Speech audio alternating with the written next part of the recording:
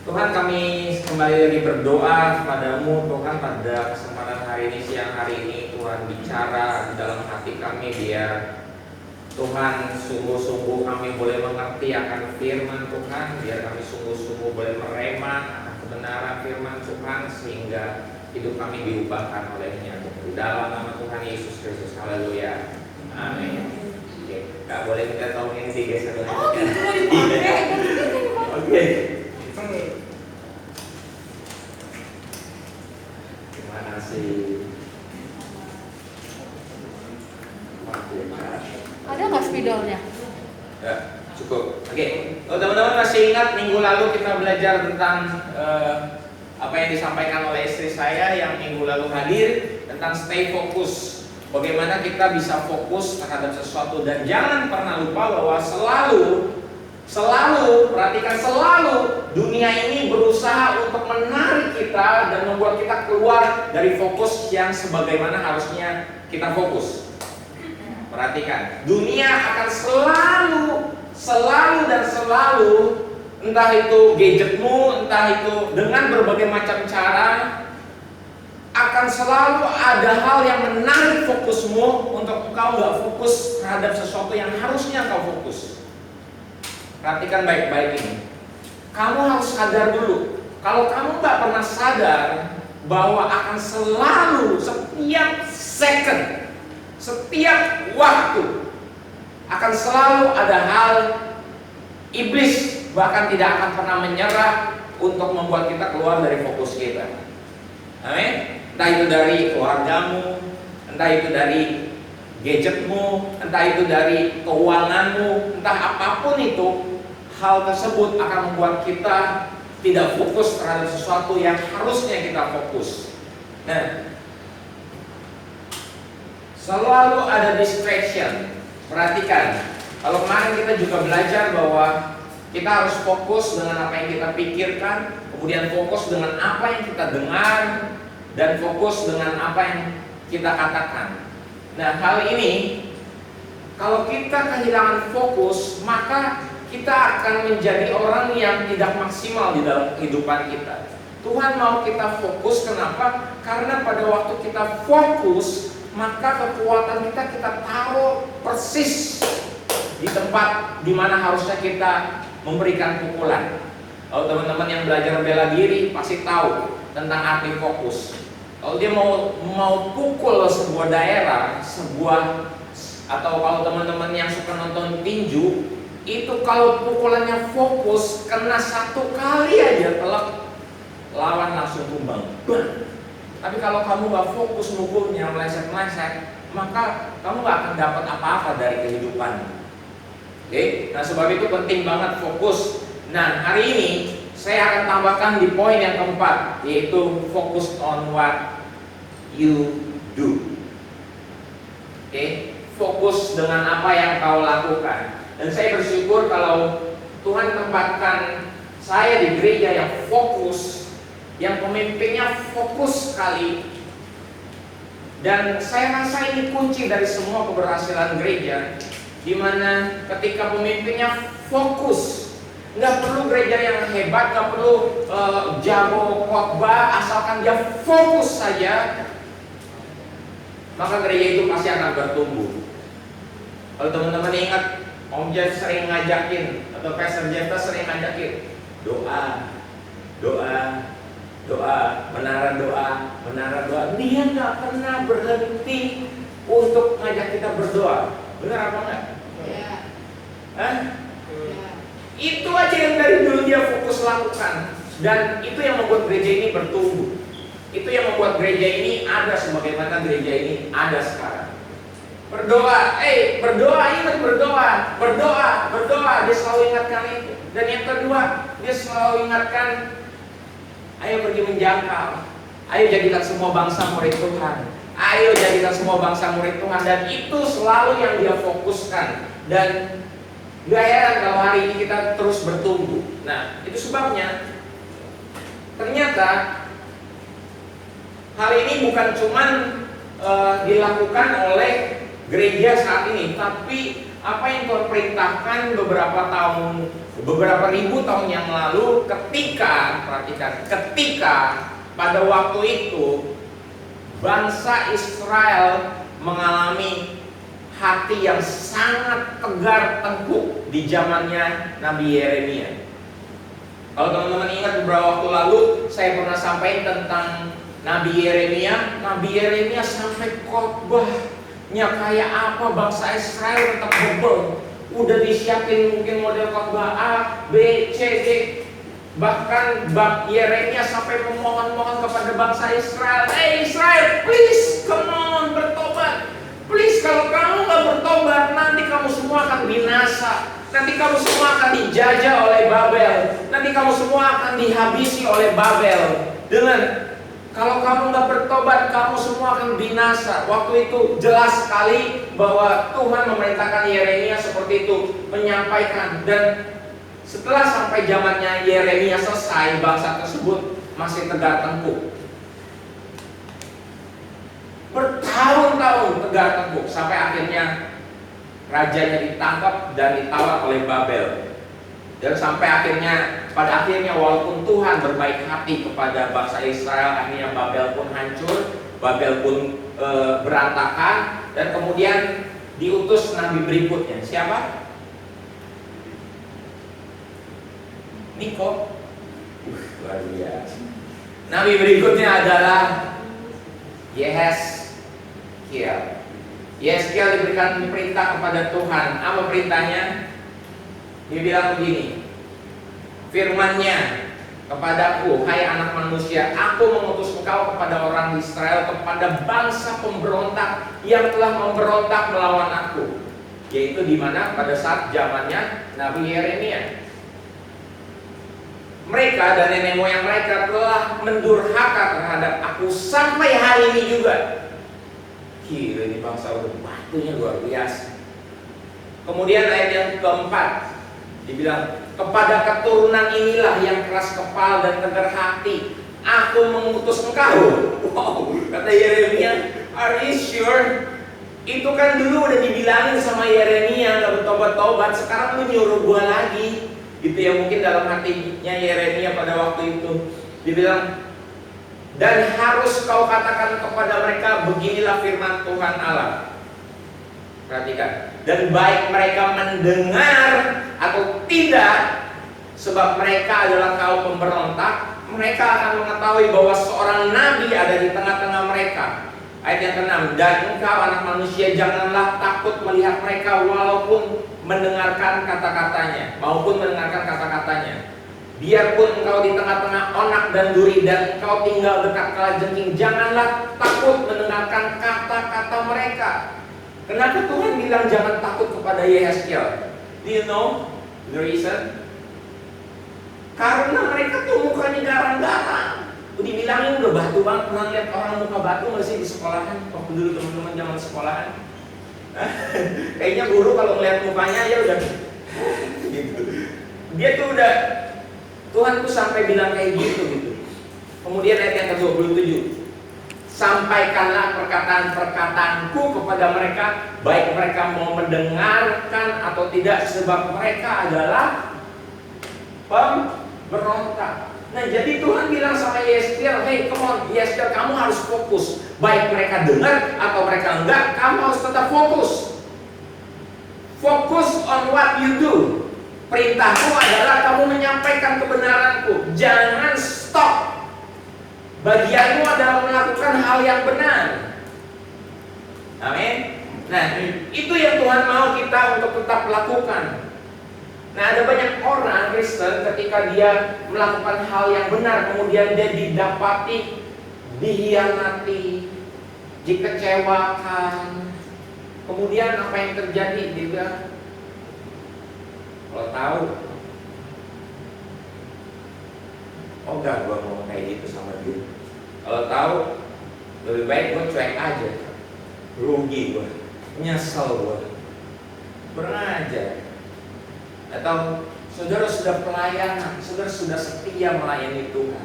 Kemudian ada titik di mana teman-teman mengalami kekecewaan. Saudara stop. Padahal jelas Tuhan perintahkan, pergi dan jadikan semua bangsa murid. At some point kamu kecewa, padahal jelas Tuhan perintahkan kepada kita, sampaikan aja kebenaran firman Tuhan, baik mereka mendengar ataupun tidak. Just focus on that. Kalau kamu agen asuransi atau sales atau marketing, just do the right thing. Jangan stop. Kalau kamu tahu produkmu bagus, kalau kamu yakin, tetap lakukan dengan setia. Sampai waktunya kamu akan menuai. Amin. Halo. Ya, karena hanya orang yang fokus melakukan apa yang harus dia lakukan, dialah yang akan menuai. Hanya pemimpin CF atau fasilitator yang fokus, I don't care orang datang atau enggak, gue nggak peduli 2 orang, 3 orang, Tuhan bilang apa, itu jiwa. Just fokus saja. Mau orang itu dengar, mau orang itu enggak, fokus. Kamu akan melihat hasilnya. Amin. Nah, sekarang kita akan belajar. Ada 3 hal yang saya mau sampaikan. Apa yang harus kita lakukan? Mari kita buka Alkitab kita dalam Matius pasal 6 ayat 31 sampai 34. Kalau buat yang mau gampang bisa lihat langsung, kita punya teknologi sekarang. Sebab itu janganlah kamu khawatir dan berkata, apakah yang akan kami makan? Apakah yang akan kami minum? Apakah yang akan kami pakai? Semuanya itu dicari bangsa-bangsa yang tidak mengenal Allah. Akan tetapi Bapamu di surga tahu bahwa kamu memerlukan semuanya itu. Tetapi carilah dahulu kerajaan Allah dan kebenarannya, maka semuanya itu akan ditambahkannya kepadamu. Lalu kita bilang, nggak usah pusing sama apa yang kamu makan, apa yang kamu pakai, karena mereka semua mencari. Benar gak? Jangan fokus sama apa yang dicari sama dunia. Kalau kita pikir hidup ini dari kita kecil, dari kita sekolah, kita tuh terlalu fokus mencari sesuatu, benar gak? Cari nilai waktu sekolah, kan? Udah lulus kuliah cari IP yang bagus. Udah lulus IP, kerja cari apa? Cari duit. Udah punya duit, cari istri. Cari pacar dulu Pak, buset. Ngobrol bener. Oke. Habis cari istri, yang cewek cari suami, cari yang baik, yang cukup lah ya. Kalau mau beli rumah ya cukup ada, kalau mau beli mobil ya cukup ada, kalau mau jalan-jalan ya cukup ada, ya pokoknya serba cukup aja, nggak usah yang muluk-muluk gitu ya. Terus udah berkeluarga, kita cari apa lagi? Cari anak. Oke, pokoknya hidup ini tentang cari-cari. Kata Tuhan, kamu nggak usah fokus sama apa yang dicari oleh dunia.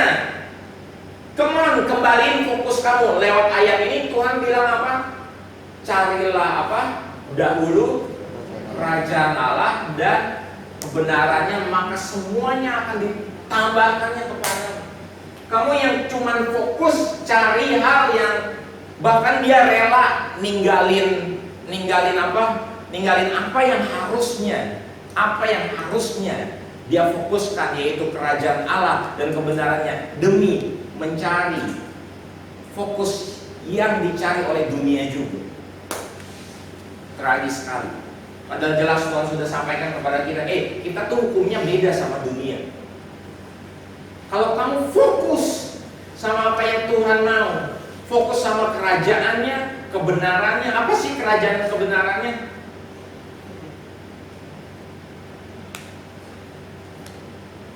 Nggak ada hukum yang lebih utama. Apa itu? Kasihlah sesamamu dan kasihlah Tuhan. Just focus on that.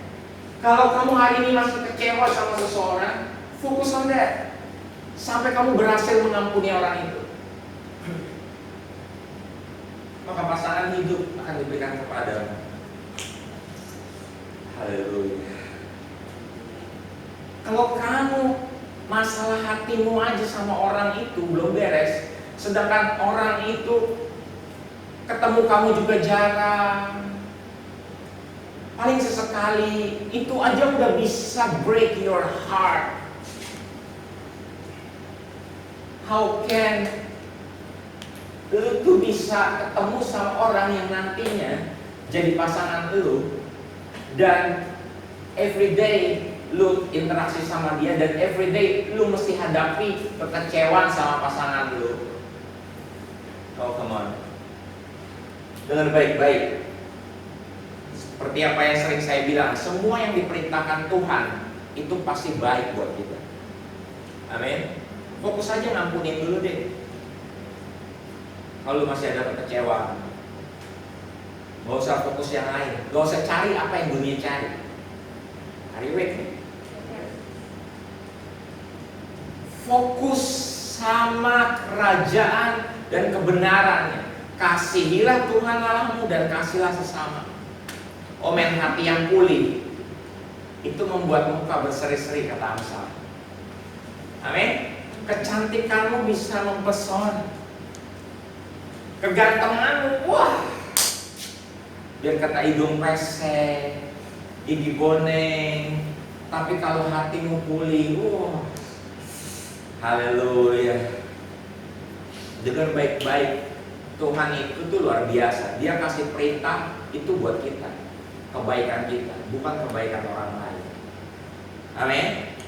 Jadi fokus menjadi, becoming something, becoming the person. Jangan misalnya gini, orang-orang fokus cari cowok baik, cewek baik, jangan fokus itu. Fokus aja jadi cowok baik, jadi suami idaman, jadi istri idaman. Itu aja. Masih dicari. Amin. Suami idaman tuh gimana? Gak bau, gak kusel. Lu aja badan bau, gak dijaga, rambut berantakan, gak pernah pakai pomade. Oh come on. Sorry, saya harus ngomong pedas karena saya sayang sama teman-teman. Saya harus being honest sama orang yang saya sayang. Amin. Fokus. Jadi becoming something yang tentunya kamu sendiri suka sama hal itu. Amin. Nah, nggak lama-lama, langsung aja yang kedua. Fokus on today. Sebab itu janganlah kamu khawatir akan hari besok, karena hari besok mempunyai kesusahannya sendiri. Kesusahan sehari cukuplah untuk sehari. Jangan khawatir sama hari besok.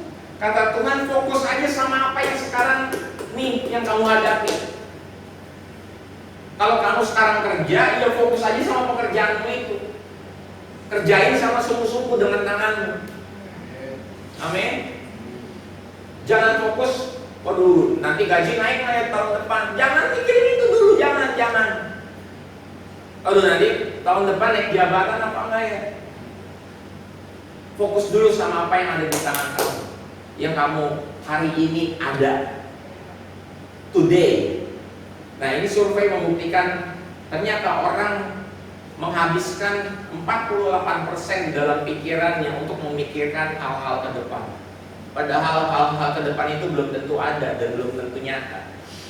Kekhawatiran-kekhawatiran yang dia pikirkan, kegelisahan-kegelisahan yang belum tentu terjadi. Udah ntar corona gimana nih? Makin hari makin susah. Nanti kalau makin susah gimana? Aduh nanti kalau gue di PHK gimana? Aduh belum apa-apa sakit mah udah dateng.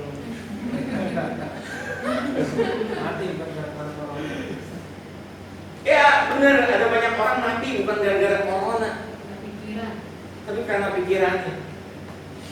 Bro, lalu teman saya telepon sahabat saya, dia bilang, lu tahu nggak?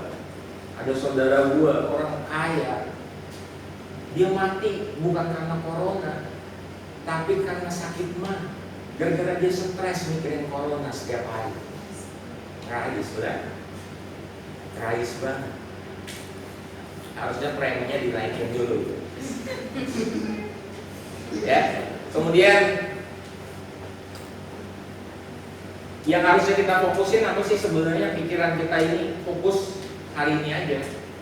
Jangan fokus sama hal-hal yang kamu pikirin yang harusnya nggak perlu kamu pikirin. Dan kemudian yang ketiga yaitu fokus dengan apa yang kamu miliki. Ayat yang ketiga di dalam Matius pasal yang ke-7, Matius pasal yang ke-7 ayat yang ketiga. Mengapa engkau melihat selumbar di mata saudaramu, sedangkan balok dalam matamu tidak kau ketahui? Bagaimanakah kau dapat berkata kepada saudaramu, biarlah aku mengeluarkan selumbar dari matamu, padahal ada balok di dalam matamu? Hai orang munafik, keluarkanlah dahulu balok dari matamu, maka engkau akan melihat dengan jelas untuk mengeluarkan selumbar itu dari mata saudaramu. Janganlah kamu memberikan barang yang kudus kepada anjing, dan jangan kamu melemparkan mutiaramu kepada babi, supaya jangan diinjak-injaknya dengan kakinya lalu ia berbalik mengoyak kamu. Tuhan mau kita fokus sama apa yang ada di dalam kita. Kadang-kadang balok di depan mata kita atau sesuatu yang kita punya, kita nggak fokus sama itu. Malah kita fokus sama apa yang nggak kita punya. Kita fokus pengen sayang sama seseorang yang belum kita punya, tapi kita lupa kita harus sayang sama orang-orang di sekeliling kita yang sebenarnya kita punya. Papamu, mamamu, adik kakakmu, teman-temanmu, sahabatmu, teman komsel, teman CF. Come on, fokus yuk sama apa yang kamu punya. Fokus apa yang kamu punya. Talenta yang hari ini Tuhan percayakan. Kalau kamu bisa nyanyi, come on, fokus. Berikan yang terbaik buat Tuhan.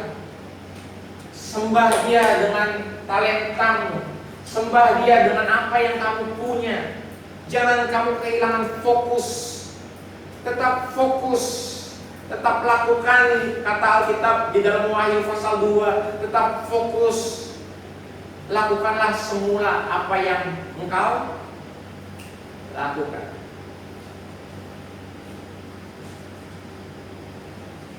Jadi pagi saya nonton Superbook sama anak saya sekolah minggu.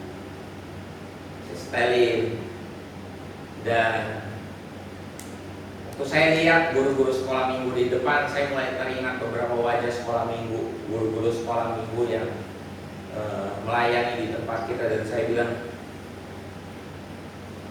saya benar-benar bersyukur sama Tuhan buat guru sekolah minggu yang ada, karena mereka nggak dilihat, mereka capek banget, mereka lakukan yang luar biasa buat anak-anak. Dan saya bilang, Tuhan, kalau nggak ada kakak-kakak kayak gini, kasihan anak-anak. Apalagi zaman sekarang, anak-anak udah nggak bisa ke gereja. Kalau nggak ada kakak yang kayak, saya bersyukur, thank you banget buat kakak-kakak. Walaupun saya juga dihubung-hubungi, waktunya Zoom gitu ya. Waduh, saya juga merasa bersalah gitu. Tadi pagi Tuhan bicara keras banget sama saya. Waktunya Zoom, kakak-kakak ini begitu fokus, tetap lakukan. Kalau saya dulu nggak ada kakak sekolah minggu yang ngajarin saya ingat betul ada satu kakak yang waktu saya sakit, waktu saya kecil, saya nggak datang ke sekolah minggu, makanya datangin ke rumah saya. Dia bawa saya masih ingat, sekaleng biskuit Kongguan, dan itu very touching, benar-benar membuat saya ada ya kakak yang baik kayak gini. Dan saya tahu dia merepresentatifkan kasih Tuhan. Walaupun dulu kakak itu sampai sekarang saya nggak tahu dia berada di mana, namanya pun saya lupa, tapi saya ingat wajahnya. Dan sampai hari ini seringkali saya diingatkan dan saya berdoa buat dia, Tuhan, dimanapun dia berada saat ini, keadaan apapun saya berdoa untuk dia, Tuhan. Dan sekedar mau memberikan semangat, encourage buat teman-teman kakak-kakak sekolah minggu, just focus on what you do. Amin. Amin. Tetap lakukan yang terbaik yang kamu bisa, yang kamu punya. Kamu punya apa, lakukan yang terbaik. Kalau kamu bisa jadi kakak sekolah minggu, itu karunia Tuhan. Jangan stop, tetap fokus. Karena nggak semua orang diberikan karunia itu. Saya pernah jadi kakak sekolah minggu, saya stres.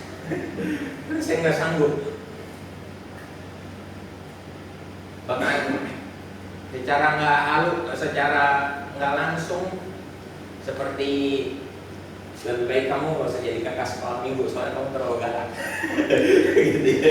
Jadi saya di apa ya? Ya dipecat secara terhormat mungkin ya. Karena terlalu galak saya buat jadi kakak sekolah minggu. Just focus. Amin. Kamu akan menuainya. Mungkin gak sekarang, tapi nanti di sorga nanti Tuhan akan berkata, sabarlah kau hambaku, karena kau telah menunaikan tugasmu dengan baik. Amin. Kalau teman-teman ingat, dulu saya pernah sharing soal apa yang Pastor A.R. Bernard pernah sampaikan.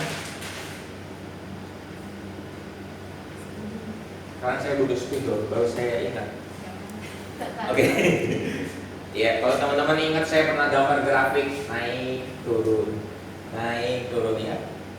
Yang pernah ingat bahwa kisah anak bungsu yang durhaka sama bapaknya, pada waktu dia jatuh ada di titik paling rendah, kemudian dia bertobat dan dia bilang, Tuhan, aku mau lakukan lagi, aku mau kembali kepada bapakku, aku mau perbaiki kesalahan-kesalahanku. Dan itu membuat anak itu mengalami kenaikan rohani karena dia fokus. Thank you, Valian. Ya, dia mengalami kenaikan rohani. Ada banyak anak Tuhan ketika dia ada di titik terendah, dia fokus kembali lagi, berdoa lagi, bertobat lagi, kemudian ya saat teduh lagi, baca Alkitab lagi, melayani lagi. Tapi sampai di titik puncak, dia ngerasa semuanya udah fine, dia mulai tinggalkan kebiasaannya. Dia mulai lagi nggak fokus lakukan apa yang harusnya dia lakukan. Udah nggak berdoa lagi, udah nggak baca Alkitab lagi. Pelan-pelan tanpa dia sadar, dia terus turun. Dia terus turun dan kemudian dia jatuh, udah di titik terendah, dia baru sadar, ya Tuhan, aku salah, aku harus bertobat lagi. Dia bangkit lagi, baca Alkitab lagi, berdoa lagi. Sama kayak orang pacaran, udah diambekin sama ceweknya, baru dia bertobat. Dia nggak pegang gadget lagi. Tadinya kan main pacaran, main handphone, lu bukannya ngomong tatap-tatapan gitu kan, ngajak lu gimana, kamu ngalamin apa gitu kan. Udah diambekin, baru oh iya aku janji deh, aku nggak mau lagi. Putus nih, putus, kita putuslah kalau begitu. Iya ya enggak. Wah, dia mulai lagi telepon, mulai perhatian lagi, mulai ceweknya udah baik, dia mulai bertingkah lagi, dia mulai lagi nggak perhatian, mulai main gadget lagi, mulai lupa tanggal ulang tahunnya, kemudian begitu terus. Whatever in business, kalau kamu lakukan dengan setia, kalau kamu nggak naik turun, terus pekerjaanmu juga sama. Kalau kamu fokus, disebut fokus saja lakukan terus. Nah, ini semua disebut disiplin. Disiplin on what you do. Amin. Nah, kamu baru bisa ada terus di level ini. Kalau enggak, kamu akan terus kayak roller coaster. Capek nggak jadi Kristen roller coaster? Naik turun, capek banget. Kuncinya apa? Fokus on what you do. Sekali lagi, iblis akan selalu pakai berbagai macam cara untuk membuat kita nggak fokus. Saya udah ngalamin sendiri. Pada waktu saya mimpin CF dari dulu, udah 10 kali naik turun, naik turun, naik turun. Tapi saya tetap lakukan dengan setia. Terus setia.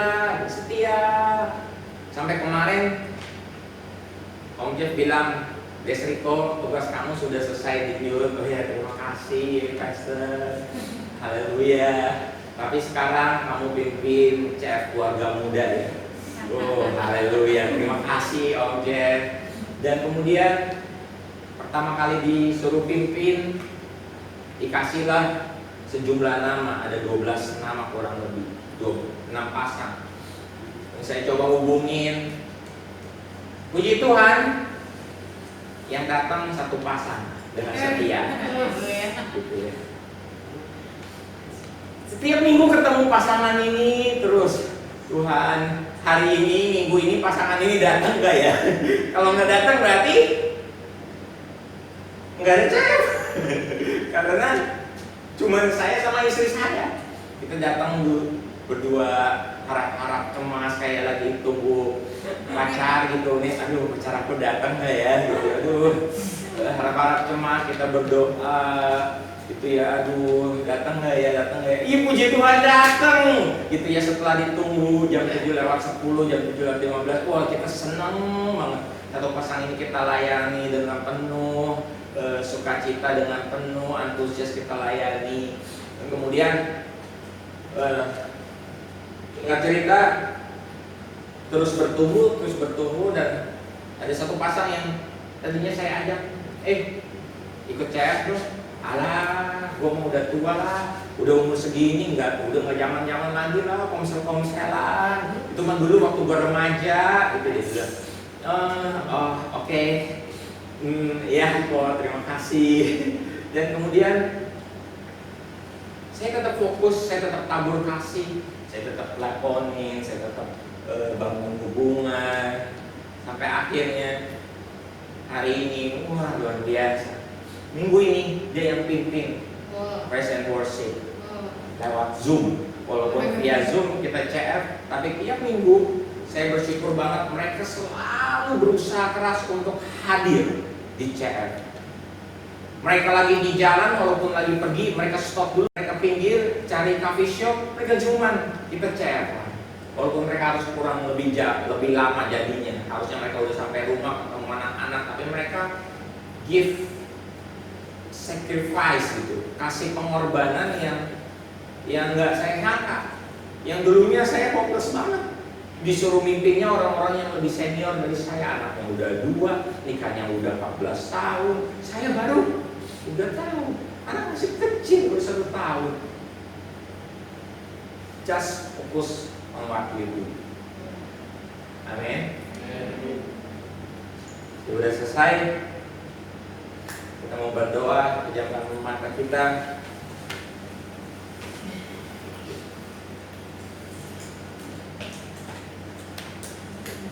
Kalau hari ini ada beberapa di antara kita yang sedang membangun hubungan, mungkin kau mengalami kekecewaan terhadap pasanganmu, just fokus, tetap tabur kasih pada pasangan, tetap mengasihi. Kalau ada beberapa di antara teman-teman yang pernah kecewa terhadap pelayanan, terhadap lingkungan yang ada, just fokus. Yang kamu mau hanya melakukan perintah Bapa, yaitu melayani Dia, Raja di atas segala raja. Kamu bukan melayani manusia, kamu bukan melakukannya untuk manusia, tapi engkau melakukannya untuk Tuhan. Engkau pernah pernah kecewa dengan beberapa orang. Hari ini Tuhan mau kamu fokus mencari kerajaan kebenarannya. Apa itu kebenarannya? Kebenarannya yaitu mengasihi dan mengampuni setiap kekecewaan yang ada di hatimu. Hari ini mungkin kamu lelah, lagi capek sama pekerjaanmu, sama persahabatan. Just fokus, tetap fokus, lakukan yang terbaik.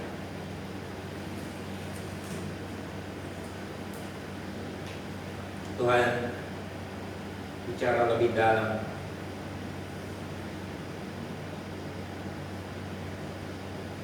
Ajarilah kami bahasa cintamu, agar kami dekat padamu ya Tuhanku. Ajarilah kami bahasa cintamu, agar kami dekat padamu.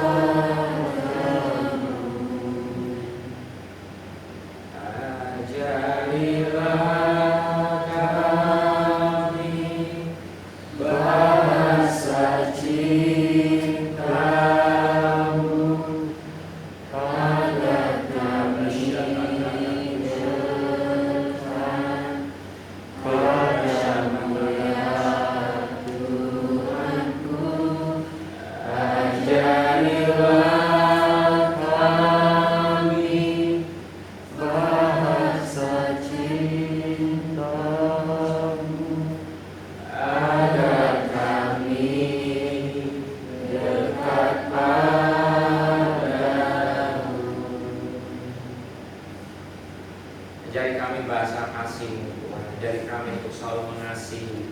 Ajari kami Tuhan untuk selalu memberi.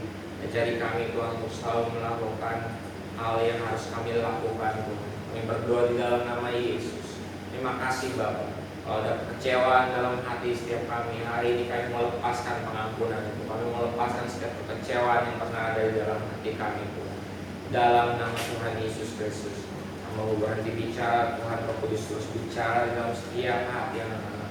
Di dalam nama Tuhan Yesus Kristus. Haleluya. Amin.